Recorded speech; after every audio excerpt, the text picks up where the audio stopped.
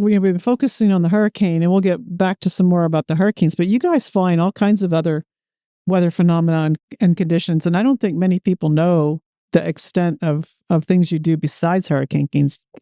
Can you just touch on that a little bit? All of our aircraft fly a variety of missions, and some of them are related to the weather and some of them are not.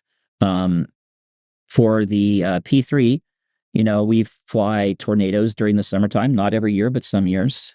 So in 2022, we were flying all through the Midwest, surveying using the same stuff that we're doing for hurricanes, like with the tail Doppler radar and getting these almost CAT scan or X-ray pictures of these tornadic supercells that they could use for research and stuff like that.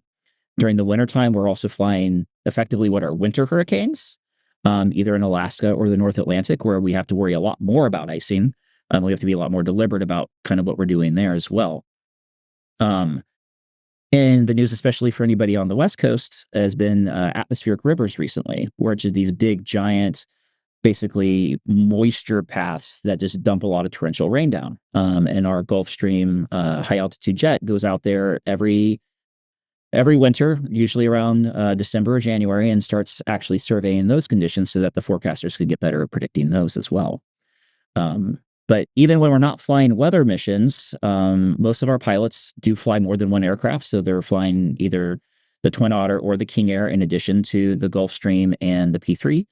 And they're doing a lot of more VFR weather work, like protected species, or actually determining how much snow is on the ground for river forecasting for when it melts. It's a lot. Wow. Tell us about your most intense flight. What was the one that had your adrenaline pumping more than any other flight?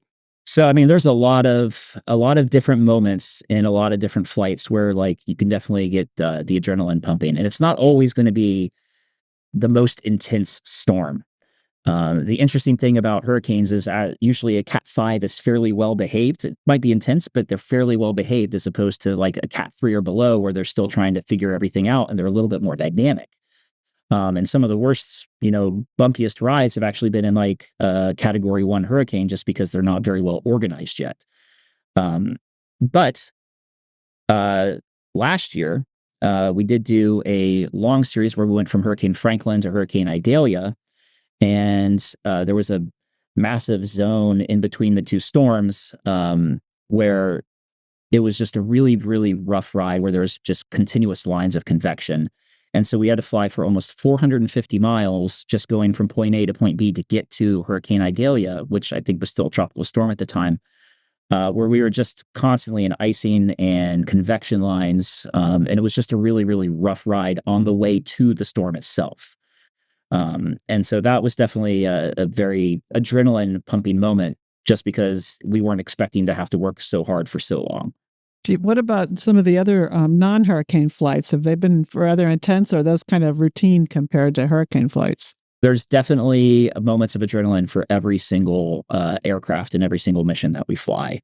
In Alaska on our Twin Otter aircraft, we're frequently at 600 feet going into fjords where you're only maybe 100 feet from the cliffside, and you've got to do a 180-degree turn while you're inside of there, and you've only got like a half a mile of space to do it in.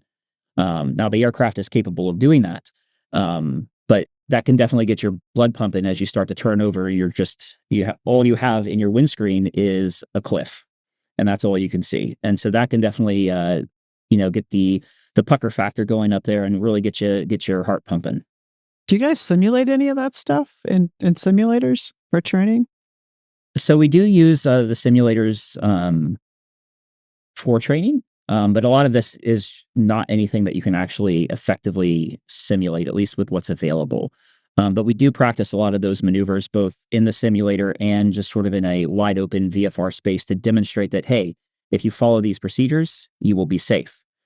And get everybody kind of trained up and on the same page so that when they actually get into the environment where they have to execute, they're ready.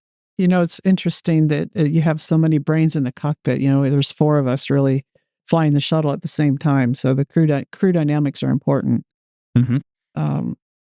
We try and balance our shuttle crews out. So it's a combination of veterans and rookies. So I imagine you have the same situation. When you have a rookie on board, you're trying, because now you're going, you've trained, everybody's ready, but until you actually do it, right? Yeah, we try to make sure that we have for the mission set, a comparable level of experience so that we're not putting a freshly qualified aircraft commander who's still really getting their feet underneath them for the command role with a brand new, barely just finished their qualification as a co-pilot, low-time aviator, just because there's a lot of additional risk there. So we try to be deliberate with how we are putting people together so that we can manage that risk.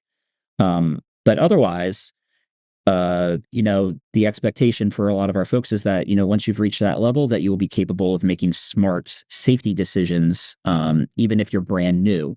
And that and to be capable of actually identifying those risks and making the right call, whether to continue or to discontinue a flight at any point in time. The CRM is really important. Absolutely. Yeah.